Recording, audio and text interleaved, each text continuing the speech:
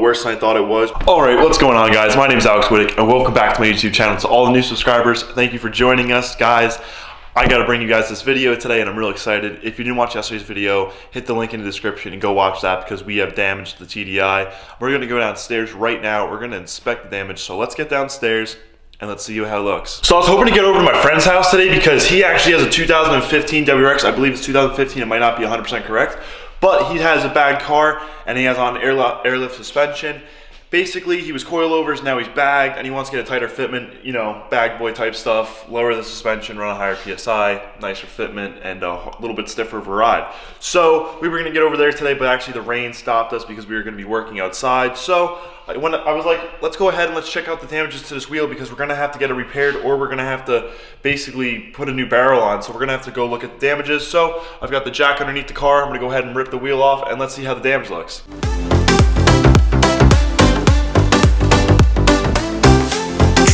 Alright guys, so now that we got the wheel off, we can inspect the damage. I've got the wheel turned around, and the damage is honestly a little bit worse than I thought it was because I was thinking about just getting the wheel re-welded because my buddy Tommy, who re-welded the rear wheel, came out really good, and that wheel sees similar type of wear. It doesn't have the possibility of really smashing into a solid object like the front shock on the wheel, but this weld looks like it has some spiderweb cracking on it right now, so that kind of stinks. But as you can see, there's like a heavy amount of black right there. Like, looks like, I don't know, like kind of contaminants that were in the weld. I can't really tell you for sure.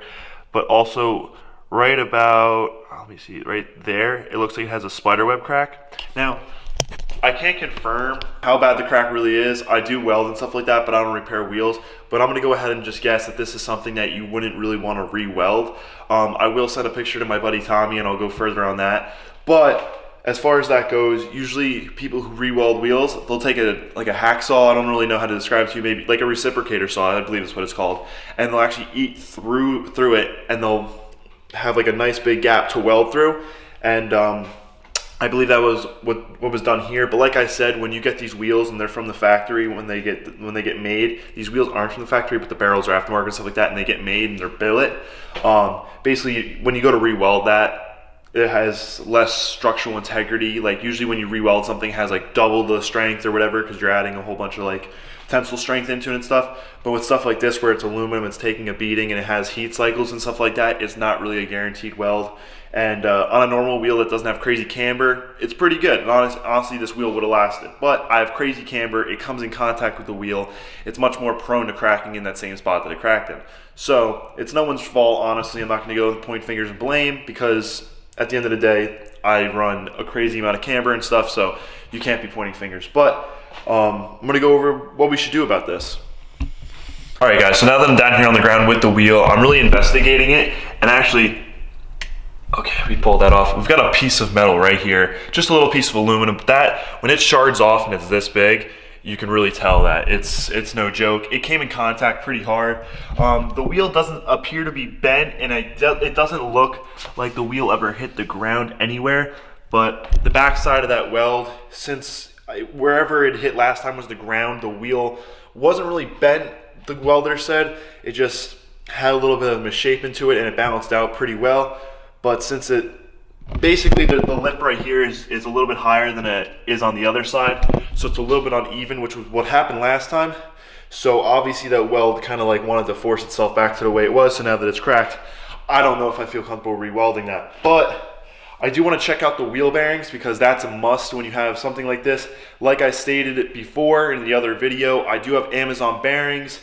Yes, they're Amazon bearings, but I read a lot of reviews on them. They came from a reputable like wheel bearing manufacturer that sells their like off-brand stuff on Amazon. So, and I needed it to get to Waterfest, so I got 2 of them overnighted for like $180 or something. They're not super expensive, so I threw one on each side. So there's no playroom. So if the Amazon wheel bearing has a little bit amount of movement, it's gonna hit the shock. The only thing that's bad now is that if I get these wheels remounted, not really bad, my buddy Tommy can do it for me, but I have to get the backside of the barrel remachined. If I do get a brand new barrel, I'll have to take off a few mils because it does come in contact very heavily and it won't even mount up if I go to mount it onto the car. So that's no good, but we'll get it all sorted out. But let's go ahead and let's check out this wheel bearing. It's a real simple process. Usually you want to take off the brake caliper, but I'm just going to go ahead and shake it with my hand. Honestly, this doesn't really show you what it is, but I can't tell if there's any movement. Obviously, wheel bearings are going to have a little bit of movement, so I can't really tell if there's anything there because, like I said, you want to remove the brake caliper to really be able to tell. But this wheel was also pre-bent a little bit, which could have made it come in contact much easier. So as far as the whole wheel bearing thing goes, I'm kind of just going to get a new barrel and then just machine it down and make sure it doesn't touch. And if it cracks again, yes, I'm out like $200, $180 for a barrel, and then $200, like $20 for shipping or whatever it is. Probably going to be out like $220. But let me know down in the comments what you guys think I should do. Should I try to get it welded? Should I see if the man, the myth, the legend can do it?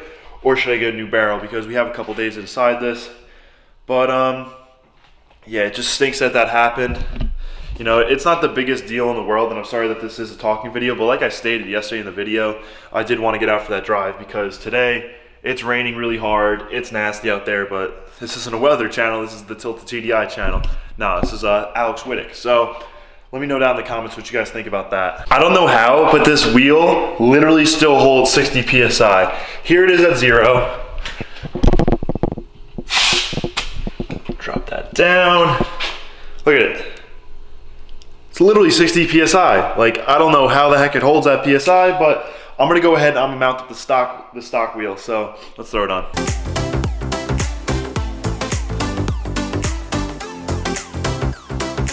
Guys, now we got the stock wheel back on the car. I think it looks pretty good. Just kidding, it doesn't look the best. It's got a little pink string alignment line on there. I used this stock wheel as an anchor for doing a string alignment one time. Camber looks pretty good. It's definitely gonna drive different now because it's got the higher sidewall. Maybe we'll do a video on putting both the front stocks on and seeing how it drives.